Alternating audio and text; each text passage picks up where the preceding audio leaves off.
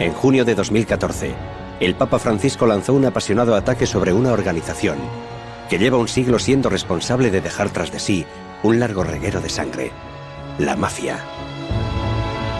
Non sono in comunione con Dio, sono scomunicati. La excomunión de todos los mafiosos causó una auténtica emoción en todo el mundo. La última vez que un papa se enfrentó a la mafia, hubo explosiones a las puertas de las iglesias italianas.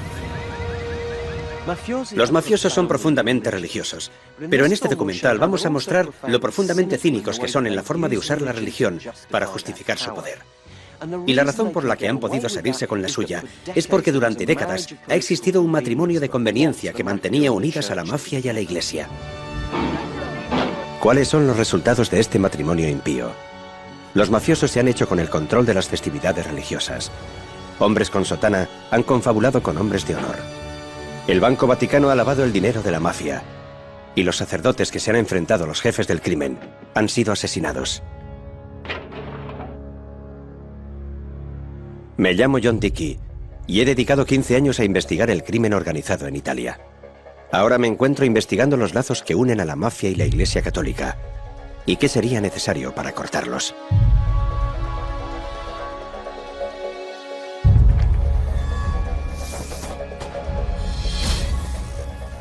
El Vaticano y la mafia. Mi viaje hasta llegar a la primera línea del enfrentamiento del Papa con la mafia empieza en el sur de Italia. De Nápoles a Sicilia, el crimen organizado es aquí una emergencia permanente. Calabria, la región situada en la punta de la bota, es el hogar de la mafia más peligrosa de la actualidad, la 'Ndrangheta. Desde principios de la década de 1990, la 'Ndrangheta ha superado la Cosa Nostra de Sicilia como uno de los mayores importadores de cocaína de Europa. La violencia se encuentra en la base de todo lo que hace la 'Ndrangheta. Hombres, mujeres y niños son asesinados sin vacilación y sin compasión. Aquí en Calabria es donde el Papa Francisco lanzó su desafío. La 'Ndrangheta è questo: adorazione del male e disprezzo del bene comune. Questo male va combattuto, va allontanato. Fue el asesinato de un niño de 3 años lo que trajo al Papa Francisco a Calabria. Coco Campolongo estaba al cuidado de su abuelo, un traficante de drogas que estaba a punto de colaborar con las autoridades. En enero de 2014, Coco y su abuelo fueron abatidos a tiros por un comando de la 'Ndrangheta. Y sus cuerpos, quemados. Este terrible crimen empujó al Papa Francisco a hacer algo que ningún papa había hecho antes. Excomulgó a los mafiosos. Non sono in comunione con Dio, sono scomunicati.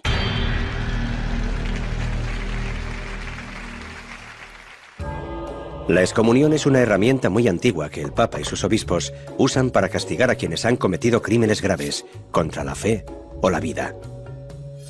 Intentar asesinar al Papa o romper el secreto de confesión acarrean la excomunión. Lutero y Galileo fueron excomulgados por herejes. Más recientemente, los médicos abortistas han sido castigados del mismo modo. Los enemigos políticos del papado también han sido objetivos de la excomunión. Napoleón y los comunistas, por ejemplo, incluso toda Venecia durante la Edad Media.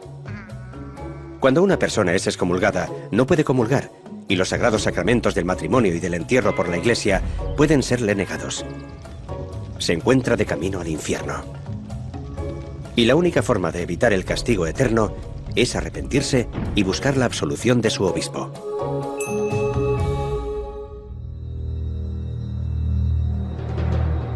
Giacomo Galeazzi es lo que en Italia llaman un vaticanista, un observador del Vaticano. Se encontraba presente durante la homilía del Papa Francisco. Para él, estaba claro que el Papa Francisco no solo se estaba dirigiendo a los mafiosos, sino también a los sacerdotes. Me di cuenta de que los religiosos que formaban la comitiva del Papa Francisco estaban algo desconcertados, porque temían que eso dividiese a la comunidad. A partir de ahora, ningún sacerdote y ningún obispo podrá decir que no sabía nada. Los clérigos no podrán esconderse en las zonas grises y decir que no saben de dónde viene el dinero del cepillo. Eso es lo que sucede en muchos sures del mundo, no solo en el sur de Italia, sino también en la Sudamérica de los narcotraficantes, por ejemplo.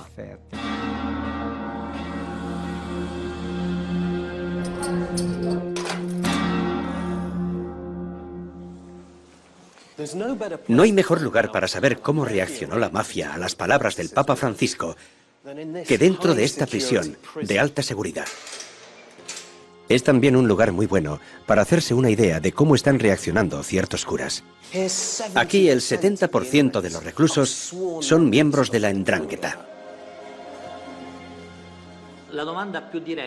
La pregunta más acuciante era, ¿ahora no podemos participar en la misa? ¿No podemos venir a la iglesia? ¿Ni siquiera podemos rezar? Porque si nos ha excomulgado no debemos dirigirnos más al Señor. ¿Está negando los sacramentos a los miembros de la 'ndrangheta? Yo no puedo hacer distinciones. No puedo negarles los sacramentos a pesar de que estén excomulgados. No puedo discriminarlos de los demás presos. En prisión, la tarea del cura y de la iglesia no es juzgar de forma individual, sino ser una presencia que sirva de guía para aquellos que han sido juzgados por ser miembros de la 'ndrangheta. Este capellán se encuentra en una posición vulnerable, atrapado entre la necesidad de obedecer al Papa y las temibles consecuencias de alzarse contra la 'ndrangheta. Pero la impresión que he obtenido al hablar con él es que ha suavizado completamente la excomunión. El Papa Francisco se encuentra ante un gran reto. Solo un año antes de que fuera elegido, aquí, un sacerdote había sido arrestado por connivencia con la 'ndrangheta, al tiempo que otro testificaba en el juzgado en nombre de 3 mafiosos. Las cámaras de vigilancia policial incluso captaron un encuentro entre jefes de la 'ndrangheta que tuvo lugar durante una peregrinación.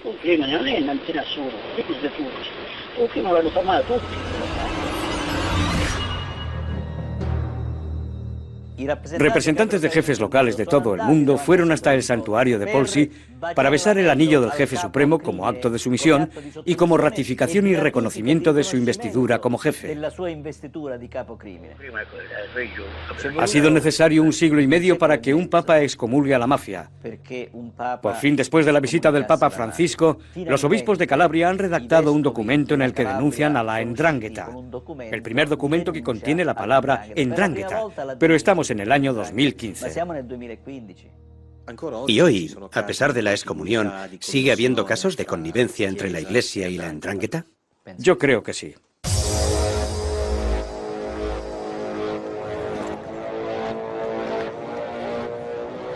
En mi opinión, las raíces de esta connivencia se encuentran en Sicilia.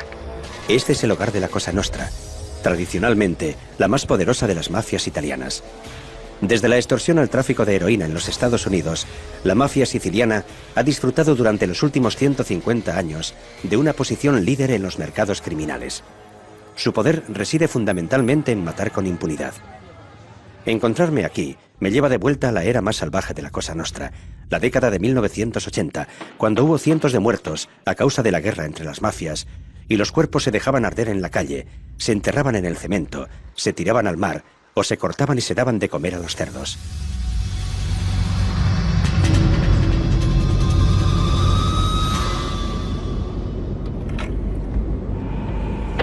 Ricordo un deposito del ferro a Bagheria. In questo posto venivano dati appuntamenti anche a quelle persone che non erano più ritenute affidabili, e una volta che arrivavano lì non facevano più ritorno a casa. Estoy en Bagheria, un barrio obrero al este de Palermo. Esto de aquí es una antigua fábrica de clavos.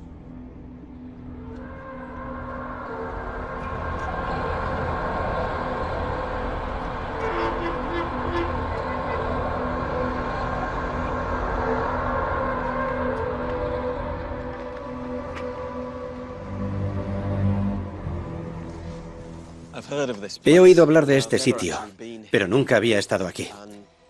Puede ser por lo que he leído, o por el olor a basura ardiendo en el patio, pero me encuentro bastante mareado.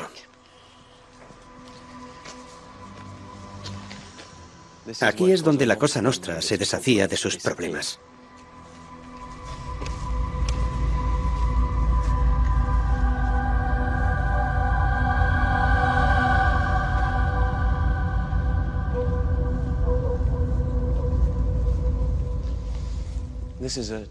Esto es una cámara de tortura.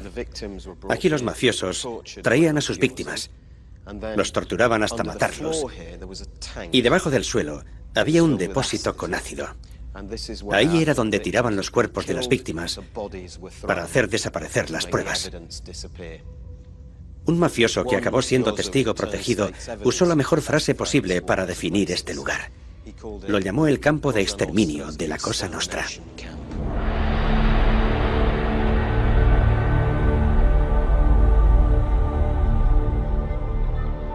Nadie sabe cuánta gente ha muerto aquí. Las paredes no hablan.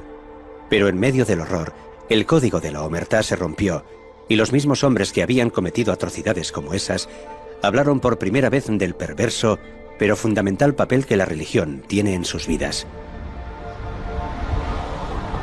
Già, tutti gli uomini d'onore pensiamo tutti di essere un po' cattolici.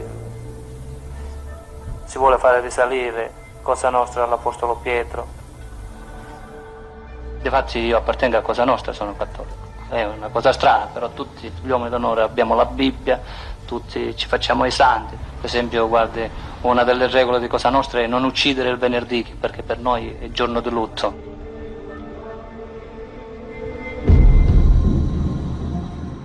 Un hombre en particular sentía tanta devoción por su Biblia como por su pistola. Cometió su primer asesinato en 1983, cuando solo tenía 24 años. Cuando fue arrestado, a tan solo unos kilómetros de distancia de aquí, se había convertido en una de las figuras más ricas y poderosas de la Cosa Nostra.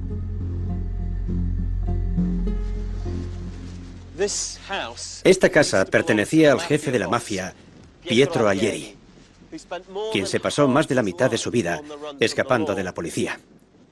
Y aquí estaba uno de sus muchos escondites. Como se puede ver, se está cayendo a pedazos. Hace años que no entra nadie. De hecho, nadie ha grabado imágenes aquí dentro.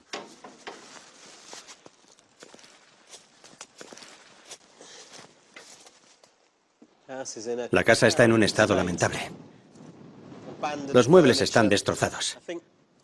Creo que a partir de ahora sería recomendable llevar casco. No se sabe lo que puede pasar ahí dentro.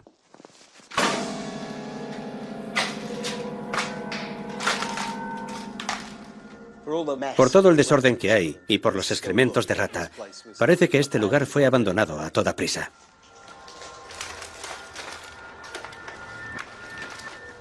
Explorar esta casa es como echar un vistazo a la mente de Aglieri. Está claro que su fe religiosa no era fingida. Era un asesino, pero también era muy devoto. Esto de aquí parecen sus libros. El libro de un sacerdote, el siervo de la caridad. Aquí hay otro. Está en una caja.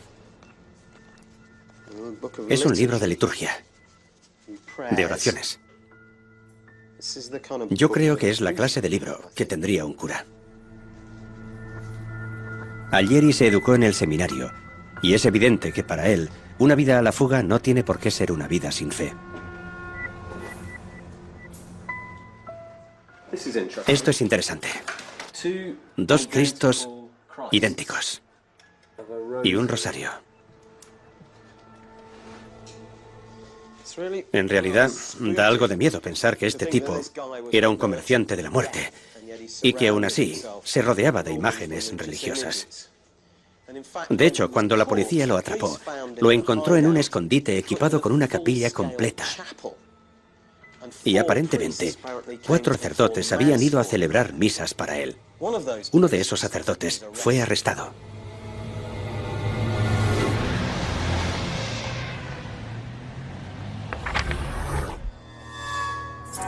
La Cosa Nostra entró en la vida del padre Mario Freitita cuando un miembro de la banda de Aglieri Llamó a la puerta de su iglesia cercana a los muelles de Palermo. Me dijo, padre, le necesito. Se trata de una persona muy importante, todo el mundo la conoce. ¿Quién es? No le puedo decir su nombre, pero esa persona le necesita. Necesita reunirse con usted, quiere abrirle su corazón, quiere comulgar, se quiere reencontrar con Cristo. ¿Qué dice? Unos días después, el padre Fritita se encontraba en un coche, dirigiéndose al escondite de uno de los fugitivos más famosos de Italia. No me decía a dónde me llevaba, solo me decía que confiara en él, que iba a ver a Allieri. Allieri, dije, vaya, un pez gordo. Cuando el padre Fritita llegó a una casa de campo a las afueras de Bagheria, encontró algo que nadie esperaría encontrar en el escondite de un jefe de la mafia. Una capilla completa, con altar, pila para el agua bendita, patenas para las hostias y cálices para el vino. Incluso tenía reclinatorios de iglesia. Me quedé atónito. ¿De dónde los había sacado? Después comprendí que ya le habían visitado otros sacerdotes antes que yo. Antes de empezar la misa lo confesé a él y a otros 3 hombres que estaban con él. Eso me conmovió. Estaba con personas muy poco corrientes, personas buscadas en medio mundo, pero la parte espiritual se había ganado su sitio. Se trató de algo muy intenso, una experiencia muy intensa, porque ellos la vivían de forma intensa. Imagíneselo. Permanecieron de rodillas durante toda la celebración. Allieri ahora asiste a misa en la cárcel.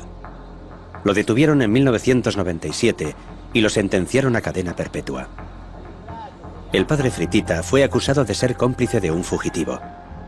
Cumplió parte de la condena, pero al final fue declarado inocente.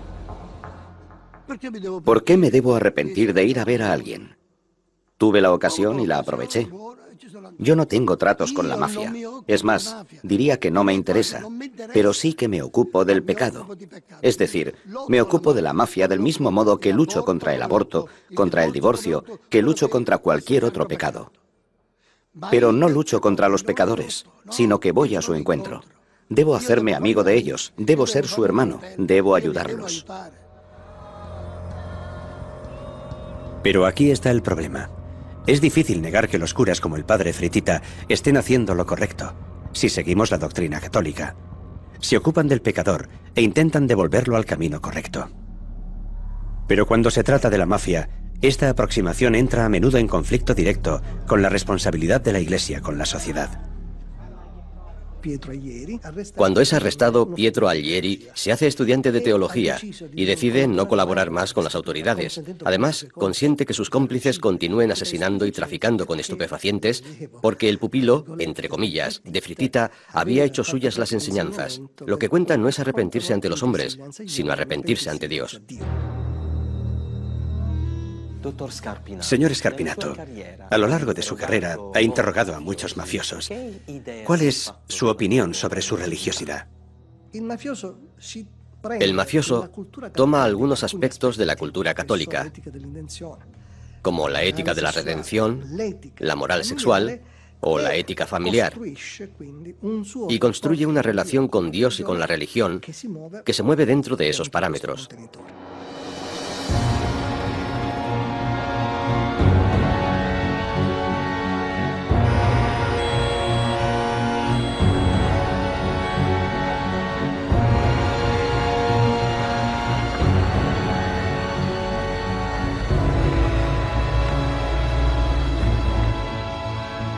El baño de sangre llevado a cabo por la mafia durante la década de 1980 espoleó al Estado para entrar en acción. El punto central de la acción fue el megajuicio de Palermo, que empezó en 1986. Los 476 hombres juzgados eran tan peligrosos que se construyó una sala especial para juzgarlos. Tengo que admitir que solo de encontrarme aquí se me pone la piel de gallina. Esta es la famosa sala búnker de Palermo. Las paredes son a prueba de bombas y por ahí había un pasaje que llevaba directamente a las entrañas de la cárcel de la ciudad, por lo que los acusados no tenían posibilidad de escaparse. Pero la impresionante arquitectura no es lo que hace de este lugar algo tan especial, sino la impresión de estar en un lugar histórico. Los jefes de la comisión el Consejo de Gobierno de la Cosa Nostra, fueron juzgados en esta fortaleza. Y aquí es donde conocimos sus rituales secretos. Por ejemplo, entrar en la mafia se llama bautismo. La mayoría de los acusados exhibió alguna forma perversa de fe. Hombres como Michele Greco, conocido como el Papa, quien mantenía que era tan devoto como cualquiera de los ocupantes del trono de San Pedro. Cuando los jueces se retiraban para deliberar, les impuso una escalofriante bendición. Io desidero farvi un augurio. Io vi auguro la pace, signor Presidente. A tutti voi io auguro la pace, perché la pace è la tranquillità e la serenità dello spirito e della coscienza. È quella che ci auguriamo anche noi. Che per il compito che vi aspetta, mi deve scusare, signor Presidente, la serenità è la base fondamentale per giudicare. Non sono parole mie, sono parole del nostro Signore.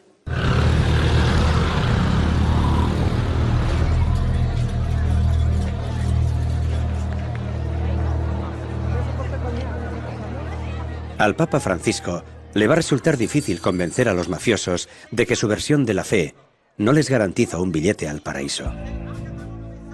Porque para la mafia, la religión es algo más que libros de oraciones, altares y rituales.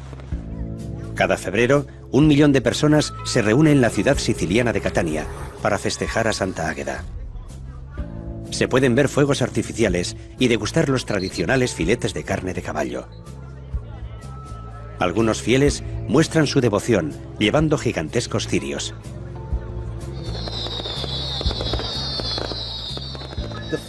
Las fiestas de Santa Águeda lo significan todo para la gente de aquí, pero también significa mucho para la mafia. Claro que los jefes de la mafia siempre se sienten atraídos cuando hay un montón de dinero cambiando de manos. Pero para ellos, esta fiesta representa una oportunidad que no pueden dejar pasar para sacar a pasear su poder y para hacer que éste parezca respetable. El investigador jefe de la policía, Antonio Salvago, lleva años siguiendo las actividades de la mafia en las celebraciones. En una realidad como la de Catania, donde coexisten diversas organizaciones mafiosas, poder hacer parar la procesión en un punto determinado significa tener el control de la realidad de la ciudad en ese momento.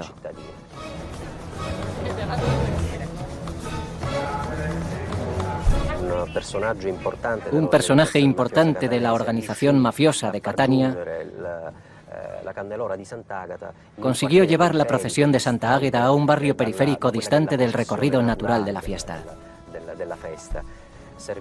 Lo que pretendía era confirmar el dominio de la banda de Ercolano Santa Paula en una de las partes de la ciudad que durante mucho tiempo había sido un bastión de la banda.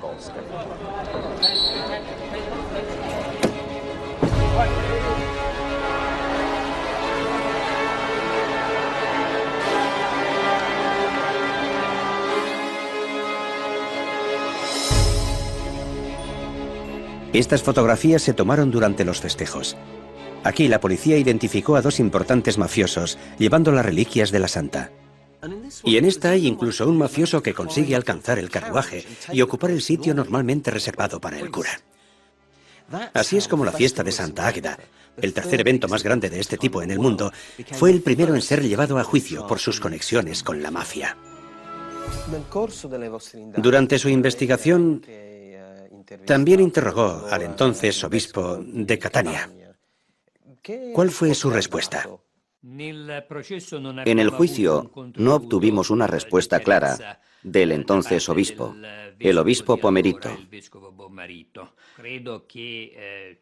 Creo que el problema viene de que la Iglesia, en ese momento, subestimó enormemente el problema tan grande que representaban los grupos mafiosos que se aprovechaban de los festivales religiosos para reafirmar su autoridad.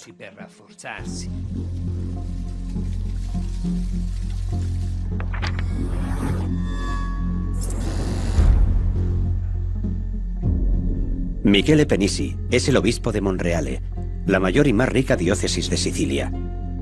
La mafia lo ha amenazado y él ha tomado posición en contra de la infiltración de la mafia en las celebraciones religiosas. En Monreale he publicado un decreto en el que se dice que no se permite a los miembros de la mafia formar parte de las hermandades que organizan los festivales. ¿Pero está la Iglesia unida en el apoyo a su postura? La mayor parte del clero, así como las hermandades, lo han aceptado de buen grado. Pero también ha habido oposición. A menudo no es una oposición abierta, sino velada.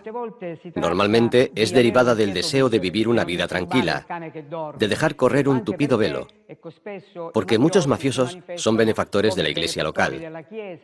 Benefactores sobre todo cuando apoyan los festivales religiosos pagando los fuegos artificiales, por ejemplo.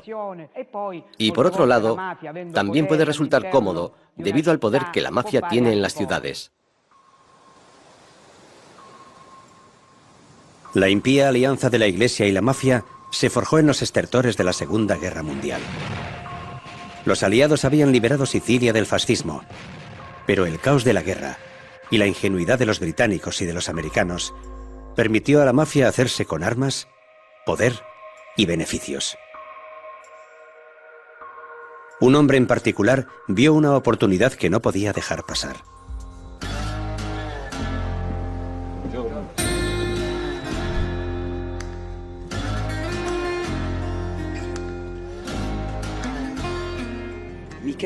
Michele Navarra era un jefe de la mafia y una persona importante.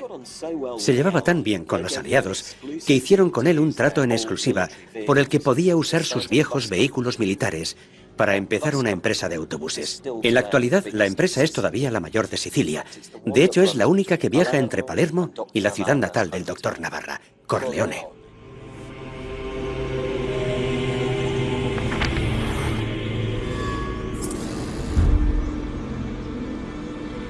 Corleone le debe su fama mundial al ficticio Don Vito de la película El Padrino. Pero en Italia es mucho más famosa por ser el hogar de la familia más sangrienta de la Cosa Nostra. Al término de la Segunda Guerra Mundial, Michele Navarra estaba al mando aquí. Su siguiente movimiento sería el terrorismo político: atacar a los campesinos de izquierdas. En aquellos años de posguerra, Sicilia se encontraba dividida entre el movimiento campesino, integrado por miles de campesinos pobres que llevaban desde siempre soñando con poseer un trozo de tierra, y los grandes terratenientes, que temían perder los antiguos privilegios feudales y que se servían de la ayuda de los mafiosos para no perder el poder. Michele Navarra, como jefe de la mafia de Corleone, era a quien se dirigían todos los grandes terratenientes que querían acabar a toda costa con el movimiento campesino. Las elecciones de 1948 le ofrecieron a Michele Navarra la oportunidad de hacer más amigos en las esferas políticas. Eran las primeras elecciones nacionales en Italia desde el principio de la Guerra Fría. Los votantes tenían que elegir entre comunistas y socialistas por un lado y por otro los demócratas cristianos apoyados por la Iglesia. Michele Navarra se alineó con los demócratas cristianos, lo que, como es natural, cementaba la alianza de poder entre la democracia cristiana, la Iglesia, la mafia y los grandes terratenientes. Su objetivo era detener a cualquier precio el peligro social comunista. En Roma, el Papa Pío XII intervino, excomulgando a todos los comunistas. En Corleone, como en el resto de Sicilia, el clero y los jefes del crimen se unieron en su lucha contra el comunismo y apoyaron a los mismos candidatos. Michele Navarra era uno de los fieles de esta iglesia de Corleone y un generoso benefactor. Durante las elecciones, atrajo los votos para los demócratas cristianos. Cuando finalmente encontró su final, hallaron 96 balas en su cuerpo. La iglesia recompensó una vida de dedicación con un fastuoso funeral.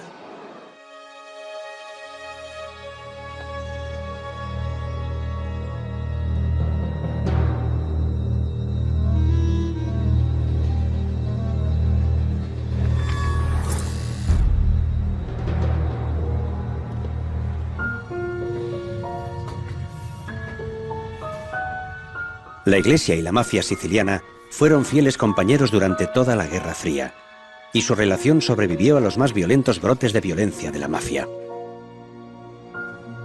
En 1963, un coche bomba de la mafia mató a 7 soldados a las afueras de Palermo.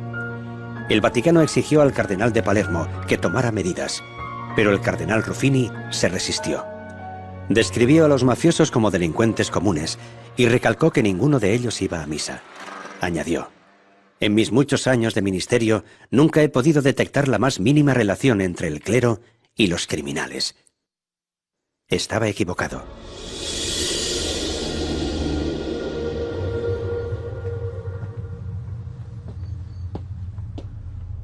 Una mañana de septiembre de 1980, 2 hombres llegaron a este monasterio justo cuando los frailes habían terminado de celebrar la misa.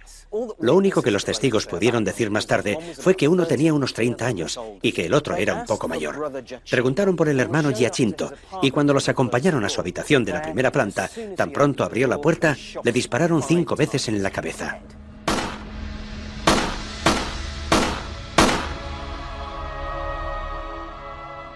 Ese fue un asesinato que abrió una ventana a un oscuro patrón de conexiones que relacionaban mafia, política e iglesia.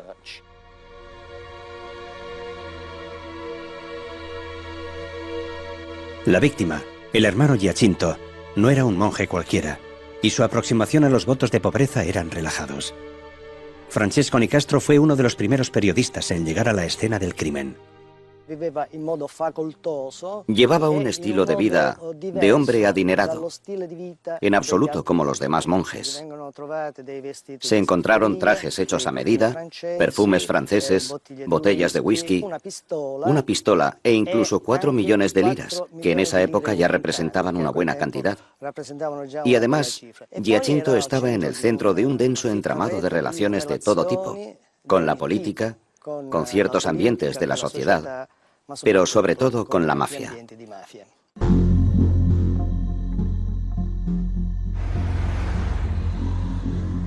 Mafia, democracia cristiana e Iglesia católica. Una nada santa trinidad que gobernó Sicilia durante 4 décadas. Tomemos a Vito Ciancimino, el primer político enviado a prisión por connivencia con la mafia. Durante décadas había sido el nexo entre el gobierno municipal, la industria de la construcción y la Cosa Nostra. En 2009, el hijo de Vito Ciancimino, Massimo, decidió colaborar con las autoridades. Contó lo que había visto y oído al asistir con su padre a esas reuniones. Nunca me olvidaré de la vez que llegamos a la residencia del obispo cerca de Palermo. Entramos por una entrada trasera y dentro ya esperaban sentados para recibir a mi padre, Bernardo Provenzano y el obispo. Bernardo Provenzano no fue arrestado hasta 2006, después de pasar el tiempo récord de 43 años como fugitivo. Era el genio político que estaba detrás de la poderosa familia de Corleone. Se trataba de un encuentro de alto nivel, pero cada uno conocía la importancia de los demás. Eso era obvio por los saludos con abrazos y besos que se daban. ¿Cuáles eran las relaciones de su padre con la Iglesia? Para él, las parroquias funcionaban de un modo parecido a las secciones locales del Partido Demócrata Cristiano. Había que financiar a las parroquias. Mi padre construyó una iglesia en Paso de Rigano, dio permiso a una iglesia para hacer campos de fútbol. Había un control continuo del territorio a través de la Iglesia Católica. La influencia de Vito Ciancimino llegaba hasta Roma. Según su hijo, el político preferido de la mafia iba allí casi todos los meses para depositar dinero sucio en el IOR, el Banco Vaticano. Dentro del IOR no existían reglas, no se daba ningún tipo de información. He visto circular grandísimas cantidades de dinero dentro del Banco Vaticano. Eran transacciones financieras que servían para pagar sobornos, tanto para políticos como para personas ligadas al mundo de la mafia.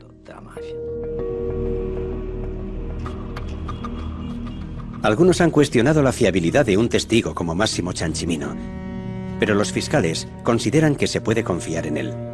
Después de todo, cuando se trata del dinero de la mafia, el Banco Vaticano está implicado a fondo. De hecho, han sido tantos los escándalos que han rodeado al IOR a lo largo de los años, que una de las primeras iniciativas del Papa Francisco, cuando llegó a la Plaza de San Pedro, fue encargar una reforma completa de sus operaciones. En 2015, el Banco Vaticano ha cortado relaciones con 750 clientes y se ha levantado el secreto bancario.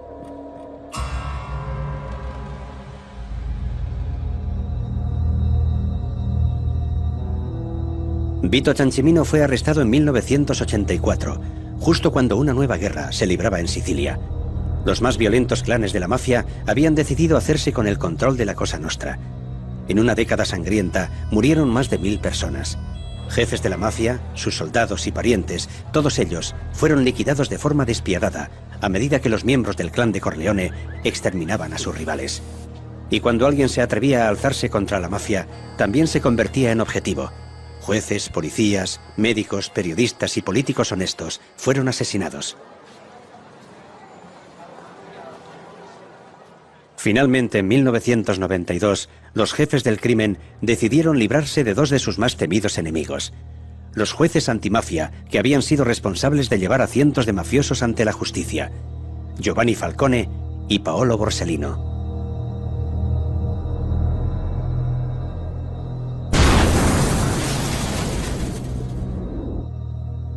Las bombas que los mataron, con 2 meses de diferencia, también mataron a la esposa de Falcone y a 8 valientes guardaespaldas. Nunca antes la Cosa Nostra había atacado al Estado con una brutalidad tan extrema. Fue la gota que colmó el vaso para los sicilianos. Y ahora que había terminado la Guerra Fría, se empezó a remover la conciencia de la Iglesia.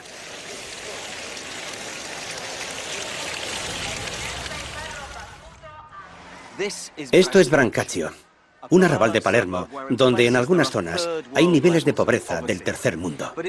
Pero fue aquí, después de décadas y décadas de cómodo silencio por parte de la Iglesia, donde un cura empezó a alzar la voz. Y al hacerlo, logró que la mafia lo temiese.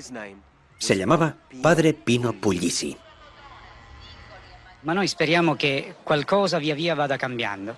Già ci sono parecchi ragazzi che stanno attorno al centro sociale e alcuni già sono qui presenti e che incominciano a capire che la vita non è fatta semplicemente di violenza, di degrado, ma ci sono valori come pace, fraternità e collaborazione.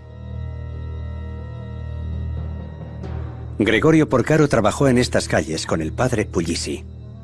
El secreto de Puglisi era ensuciarse las manos. Un día lo vimos llegar con el rostro hinchado porque le habían dado una paliza. Lo habían amenazado. Algunos de nuestros chicos también los amenazaban con navajas. Tenéis que dejar de hablar con esos curas y venir con nosotros.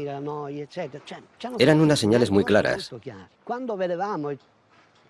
Cuando veía el total desinterés, la casi indiferencia de parte de la cúpula de la Iglesia, me quejaba al padre Puglisi. Padre, nos están dejando a nuestra suerte, porque puede que estemos tensando demasiado la cuerda. Si seguimos así, la mafia va a reaccionar. Y él contestaba que, bueno, ¿qué pueden hacer? ¿Matarnos? Y después de que nos hayan matado, ¿qué habrán logrado? La Iglesia de Sicilia estaba en una encrucijada. El comunismo había desaparecido, y con él, las razones políticas para no prestar atención a la Cosa Nostra. Pero la Iglesia no tenía la clara visión que tenía el padre Puglisi sobre la mafia, que la veía como algo demoníaco, y no lo apoyaron. Juan Pablo II fue mucho más decisivo. En 1993 fue a Sicilia y emitió una fuerte condena. Fue el primer papa en mencionar la palabra mafia. Dio ha detto una volta, non uccidere. Non può uomo, qualsiasi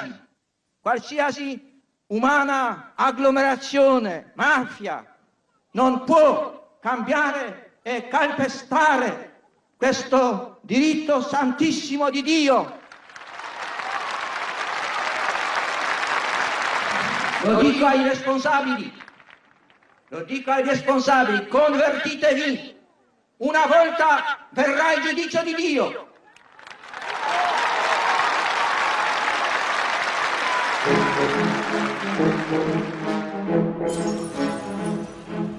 Menos de 2 meses después del discurso de Juan Pablo II, la Cosa Nostra decidió dar una lección a una iglesia que anteriormente había considerado su aliada, o por lo menos espectadora pasiva.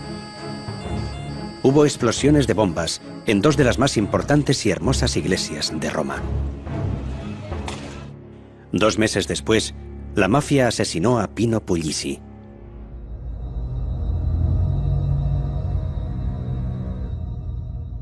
Creo que todos hemos renacido de la sangre de este hombre. Al día siguiente, la ciudad de Palermo al completo estaba aquí.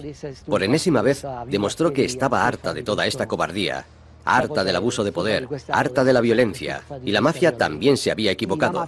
Pensaba que lo habían silenciado, pero lo que hizo fue enfadar a una ciudad entera.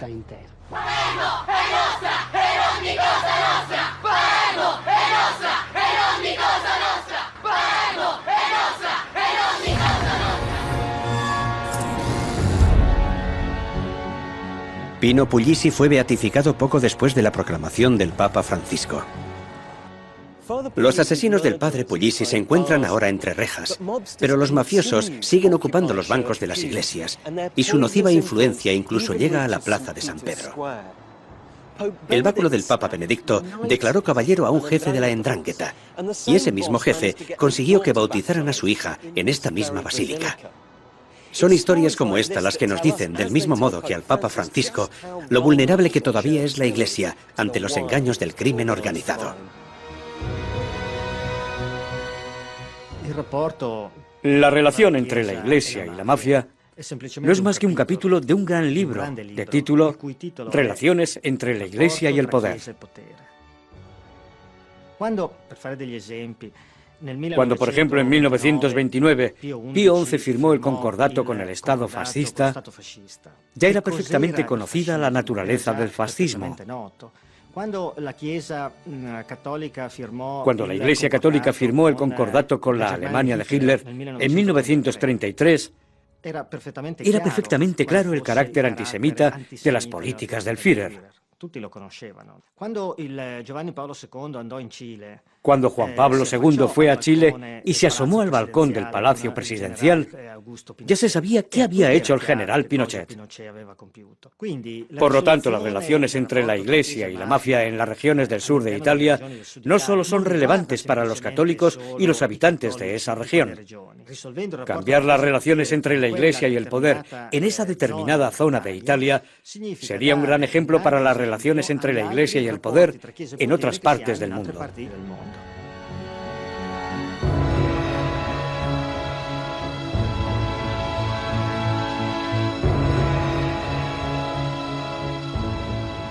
Puede que el Papa haya excomulgado a la mafia, pero todavía veo que muchos sacerdotes no tienen demasiado claro qué se supone que deben hacer. Lo exasperante es que la Iglesia puede cambiar realmente las cosas en la lucha contra las mafias. Por ejemplo, cuando Juan Pablo II condenó a la Cosa Nostra en 1993, algunos mafiosos decidieron renunciar a una vida de crimen y lo confesaron todo a las autoridades. Y gracias a esos testimonios, los fiscales consiguieron atacar al corazón del sistema mafioso. El padre Luigi Ciotti es el fundador de la mayor asociación de víctimas de la mafia en la actualidad. Marginado durante décadas por su iglesia, sabe mucho sobre el reto al que se enfrenta el Papa Francisco. Hoy, como en el pasado, hay signos de que la Iglesia aún es un poco tibia en ciertos contextos, en algunas realidades. Aún hoy hay quien solo mira, quien dice que son los demás quienes tienen que hacer las cosas. No, no y no. Somos nosotros los llamados a hacer nuestra contribución por el cambio. La Iglesia debe crear las condiciones, y el Papa lo está haciendo, para ser libre incluso en la denuncia de la violencia, del abuso, de la arrogancia de un sistema que ha pisoteado y continúa pisoteando la dignidad y la libertad de las personas.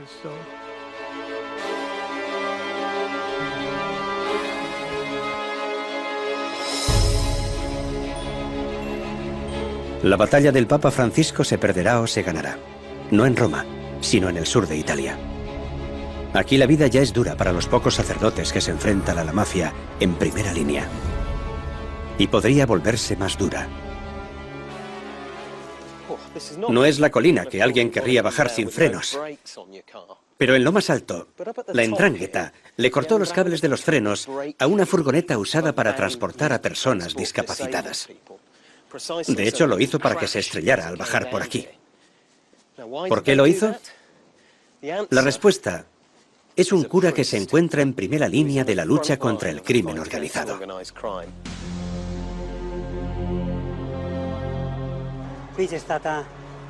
Aquí hubo un tiroteo el domingo de Pascua.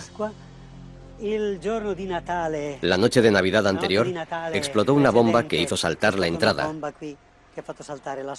Dejó un hueco. Esto de aquí saltó por los aires. El primer domingo de Cuaresma dispararon a la casa. La policía lo explica diciendo que hacen estas cosas en días señalados para dejar claro que el cura está en el punto de mira. El padre Panizza vino a Calabria para trabajar con personas discapacitadas. Tomó posesión de un apartamento que el Estado había confiscado a una familia mafiosa. Nadie se atrevía a usarlo. Al principio, ni siquiera el cerrajero cambió las cerraduras. En ese momento empezaron las bombas, y después las balas. He visto con mis propios ojos cómo la 'ndrangheta vigila todos sus movimientos.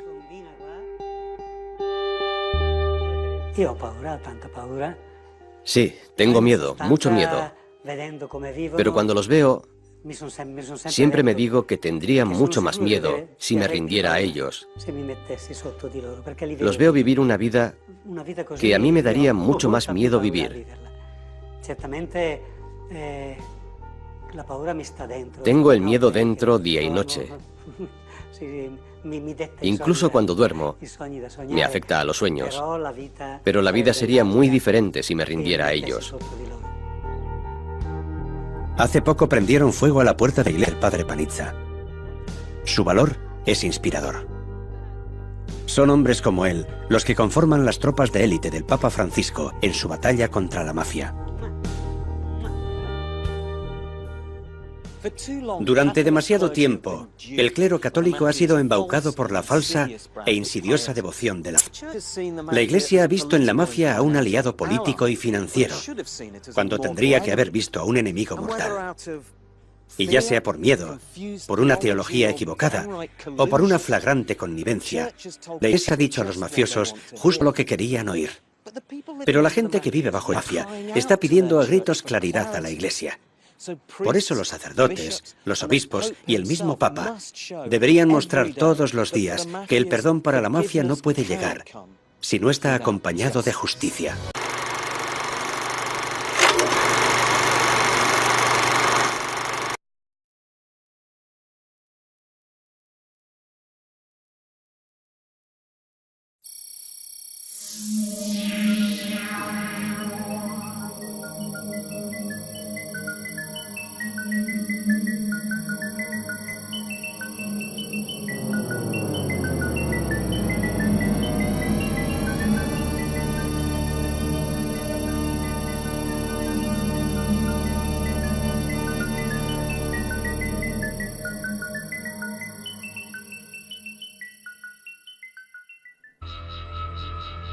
En enero de 2014, Cocò y su abuelo fueron abatidos a tiros por un comando de la 'ndrangheta. Y sus cuerpos, quemados.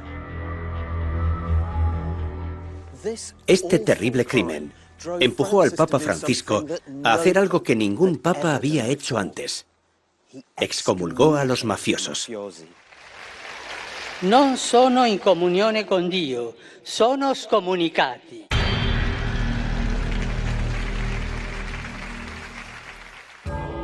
La excomunión es una herramienta muy antigua que el Papa y sus obispos usan para castigar a quienes han cometido crímenes graves contra la fe o la vida.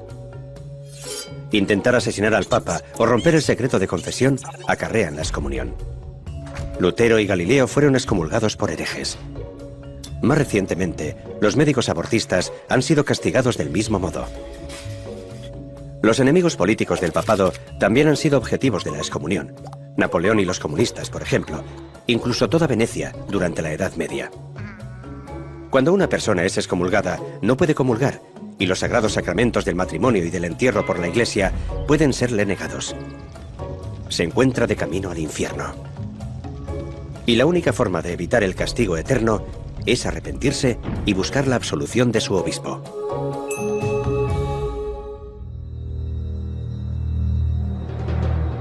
Giacomo Galeazzi es lo que en Italia llaman un vaticanista, un observador del Vaticano. Se encontraba presente durante la homilía del Papa Francisco. Para él, estaba claro que el Papa Francisco no solo se estaba dirigiendo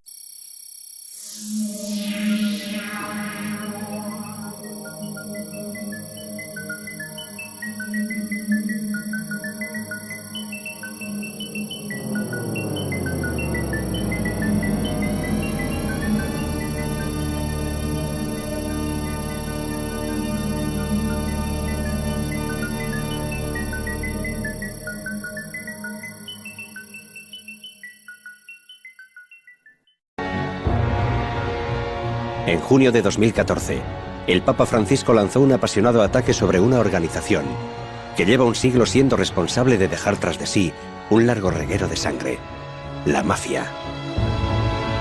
Non sono in comunione con Dio, sono scomunicati.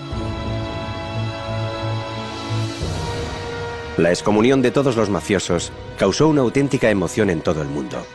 La última vez que un papa se enfrentó a la mafia, hubo explosiones a las puertas de las iglesias italianas.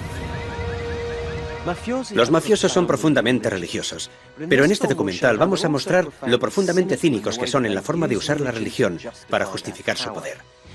Y la razón por la que han podido salirse con la suya es porque durante décadas ha existido un matrimonio de conveniencia que mantenía unidas a la mafia y a la iglesia. ¿Cuáles son los resultados de este matrimonio impío? Los mafiosos se han hecho con el control de las festividades religiosas. Hombres con sotana han confabulado con hombres de honor. El Banco Vaticano ha lavado el dinero de la mafia. Y los sacerdotes que se han enfrentado a los jefes del crimen han sido asesinados. Entra en una posición vulnerable, atrapado entre la necesidad de obedecer al Papa y las temibles consecuencias de alzarse contra la 'ndrangheta. Pero la impresión que he obtenido al hablar con él es que ha suavizado completamente la excomunión. El Papa Francisco se encuentra ante un gran reto. Solo un año antes de que fuera elegido, aquí, un sacerdote había sido arrestado por connivencia con la 'ndrangheta, al tiempo que otro testificaba en el juzgado en nombre de 3 mafiosos. Las cámaras de vigilancia policial incluso captaron un encuentro entre jefes de la 'ndrangheta que tuvo lugar durante una peregrinación.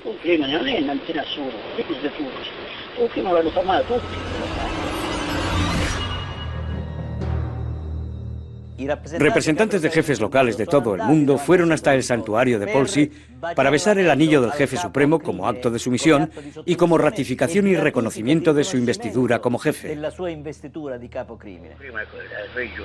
Ha sido necesario un siglo y medio para que un papa excomulgue a la mafia.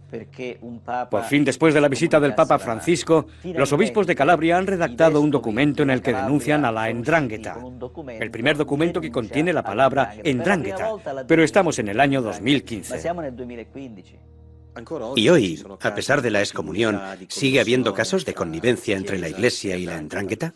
Yo creo que sí.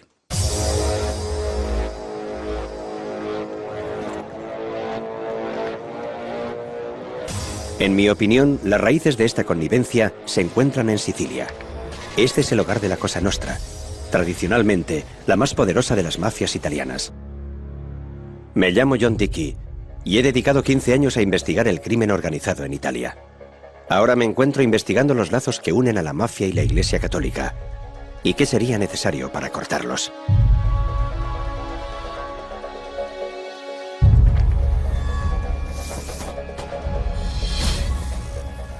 El Vaticano y la mafia. Mi viaje hasta llegar a la primera línea del enfrentamiento del Papa con la mafia empieza en el sur de Italia. De Nápoles a Sicilia, el crimen organizado es aquí una emergencia permanente. Calabria, la región situada en la punta de la bota, es el hogar de la mafia más peligrosa de la actualidad, la 'ndrangheta.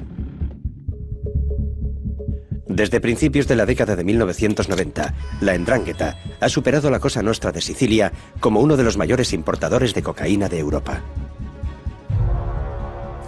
La violencia se encuentra en la base de todo lo que hace la 'ndrangheta. Hombres, mujeres y niños son asesinados sin vacilación y sin compasión. Aquí en Calabria es donde el Papa Francisco lanzó su desafío. La 'ndrangheta è questo: adorazione del male e disprezzo del bene comune. Questo male va combattuto, va allontanato. Fue el asesinato de un niño de 3 años lo que trajo al Papa Francisco a Calabria. Cocò Campolongo estaba al cuidado de su abuelo, un traficante de drogas que estaba a punto de colaborar con las autoridades, yendo a los mafiosos, sino también a los sacerdotes. Me di cuenta de que los religiosos que formaban la comitiva del Papa Francisco estaban algo desconcertados, porque temían que eso dividiese a la comunidad. A partir de ahora, ningún sacerdote y ningún obispo podrá decir que no sabía nada. Los clérigos no podrán esconderse en las zonas grises y decir que no saben de dónde viene el dinero del cepillo. Eso es lo que sucede en muchos sures del mundo, no solo en el sur de Italia, sino también en la Sudamérica de los narcotraficantes, por ejemplo.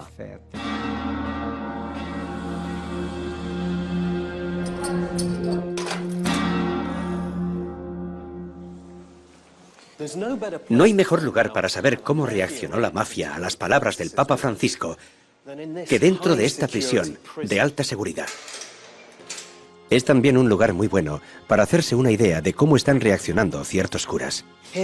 Aquí el 70% de los reclusos son miembros de la 'ndrangheta. La pregunta más acuciante era, ¿ahora no podemos participar en la misa? ¿No podemos venir a la iglesia? ¿Ni siquiera podemos rezar? Porque si nos ha excomulgado no debemos dirigirnos más al Señor. ¿Está negando los sacramentos a los miembros de la 'ndrangheta? Yo no puedo hacer distinciones. No puedo negarles los sacramentos, a pesar de que estén excomulgados. No puedo discriminarlos de los demás presos. En prisión, la tarea del cura y de la iglesia no es juzgar de forma individual, sino ser una presencia que sirva de guía para aquellos que han sido juzgados por ser miembros de la 'ndrangheta. Este capellán se encuentra